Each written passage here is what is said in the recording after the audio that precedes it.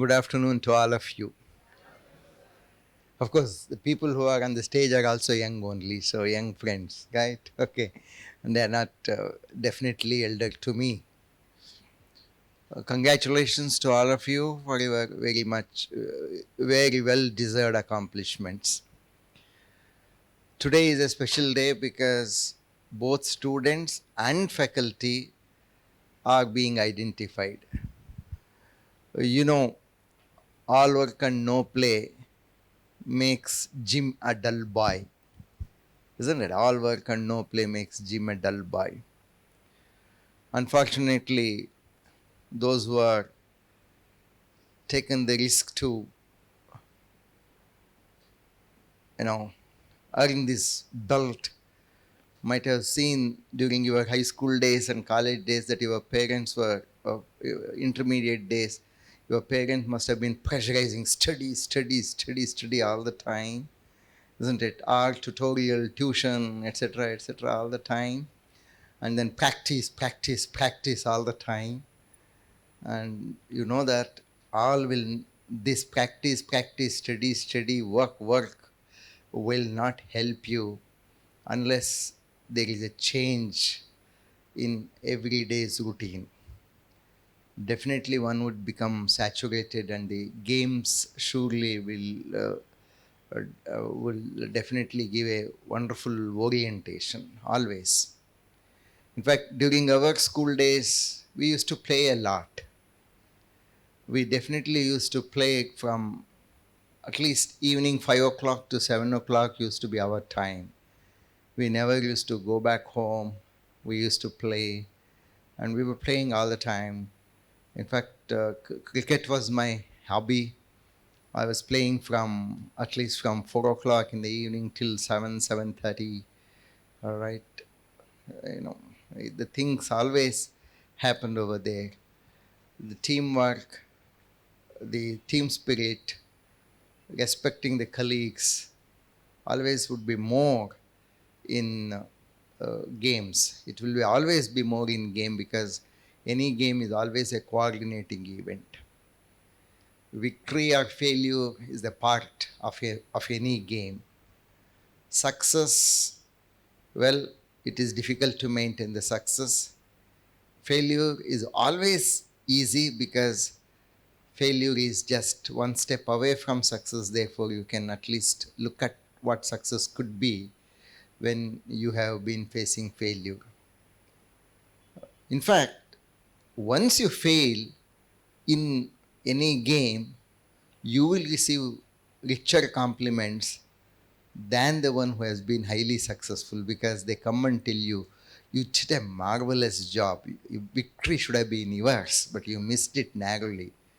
Whereas successful persons will only get congratulations, compliments. Other than that, they will not receive anything else. That doesn't mean that you have got to keep failing to earn this sympathy, but it is not sympathy, but then the real plus points of yours will be noted by any observer, and they try to analyze what reasons made you to lose it narrowly.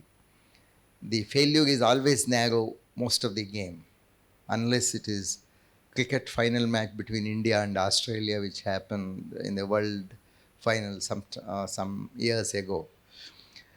Well, the life is always interesting, but then other way around is also true. All game and no play makes the gym a dull boy, but all play, no work makes a person totally hopeless. All right, so it has got to be balanced. Well, then, professionals have playing itself as a profession. For example, the cricketers, for cricketers, playing itself is a profession. Right? Tennis, playing itself is a profession. But then they know, you know that what's the type of investment they do in practicing every day. So, to play one match, how much they practice. Sania Mirza, when she recently declared her exit, the last few matches she lost very miserable, isn't it? But even then, she had to accept it, accept everything, the failure as equally as a success. That's the one great point of any sportsman. And if you are involved in sports, the greatest advantage is usually you will not get into gossiping against anybody, gossiping about any information, because you would always be talking about another sports event or your own sports colleague, only such things. You will not gossip about a movie. Normally, you will not gossip about a movie. Normally, you will not gossip about undesired things. Normally, you will not gossip about somebody's love story, etc., etc. Right? So that's the plus point of a sports person, because sports person seems to be more philosophical than an ordinary person. Sports person always would be active, always, even at the later stages in life when you become very old also. If you had happened to be a sports person in your school days or college days, you would always be cheerful. The third advantage of sports person is they always enjoy being with the youngsters.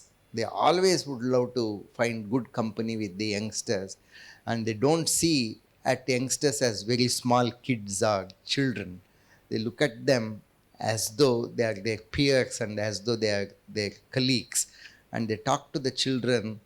And when they talk to the children, irrespective of the age, they become children. That's the advantage. I'm sure your sports team, physical directors, your yoga teacher, all of them have been putting excellent work to shape you up so very well. And I'm very sure many of you could be first year and second year plus third year people also over here. And I'm not finding a lot of faculty members, all cricketers. At least they should have been 11 in number. Only 4 or 5 of them have come today. All right. Okay. So, well then, see, look, they don't appear like teachers at all. They also appear like students only, isn't it? Young student. That's the advantage of being sports. Okay. So I compliment and I congratulate you. The message to all of you is you should not compel your children only to study, study, and study, and you should not force your children when you become parents. I'm sure some of my teachers might already been parents. They should not simply force them only to study and get a seat in engineering, get a seat in medical. They happen. Every child comes with its own destination. Every child has its own destiny. Which child does not know that it has got to live longer than its parents? Which child does not know that the parents have got to die earlier to them? Which child does not know? Right? We may not talk about it, but the truth is known, and every child would be prepared to live without parents after the death of parents. So we unnecessarily are so curious and eager about their far-fetched future, which is not even seen and visualized by us. Sportsmen always stand firm on this day, okay, and then looks to the day next. All right, you teach your children also the same thing. Live today, and live today so that this becomes a strong foundation to create a wonderful tomorrow. Don't get into the far-fetched tomorrow. If you live in tomorrow, you are highly anticipatory, so you remain unhappy. If you live in yesterday, you have still not come out of it and you are dull and idiot. Right? If you still live only in yesterday, you are just still remorsing yourself. Right? So remorsing about yourself is also of no use. So don't live yesterday, don't live in yesterday, don't definitely live in tomorrow, but live in today. Because tomorrow should become a today tomorrow. So today is more important, right? But yesterday's experience should become part of your life. You should not remorse over it.